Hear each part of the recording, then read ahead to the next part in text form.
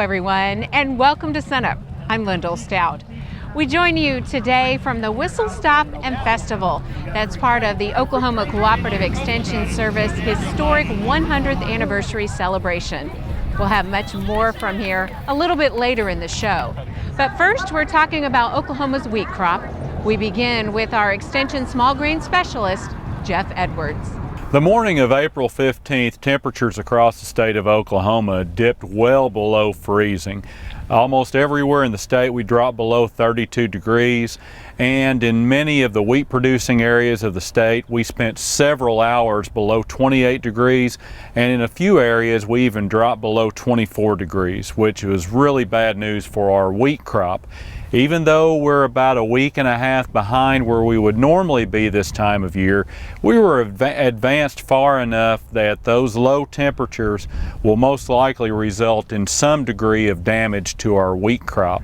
This freeze is one more insult to already injured wheat stands.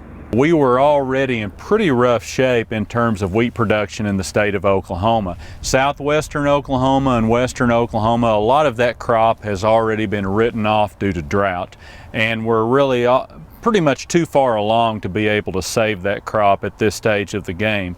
As we move into central Oklahoma, we still have some yield potential there. It's been reduced because of the drought. Plants are starting to turn blue, they're running out of water. But if we still receive some moisture here in mid-April, we can still produce an average crop in central Oklahoma. Not only is wheat turning blue, in some areas there are reports of yellowing wheat. One reason that we've seen pop up in central Oklahoma is wheat streak mosaic virus. And this was an issue that was caused last fall.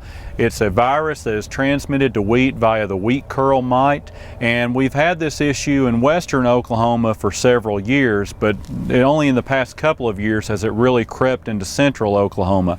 Unfortunately, if wheat is suffering from wheat streak mosaic virus, there are really no curative treatments.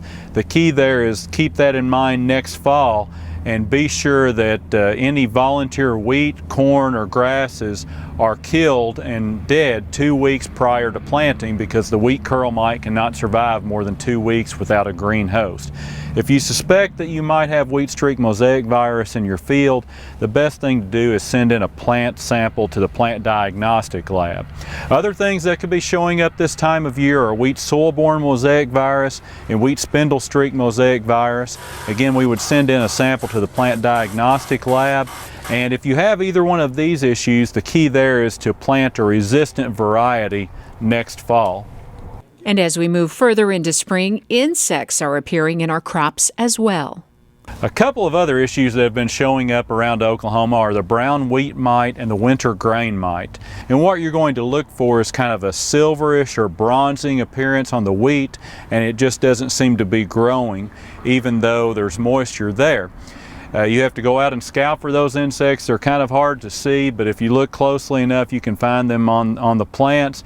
And generally, we say that you should spray if there's obvious injury out there and there are several mites present. Edwards details the challenges Oklahoma wheat producers face in his new blog post. We have a link on our website, sunup.okstate.edu.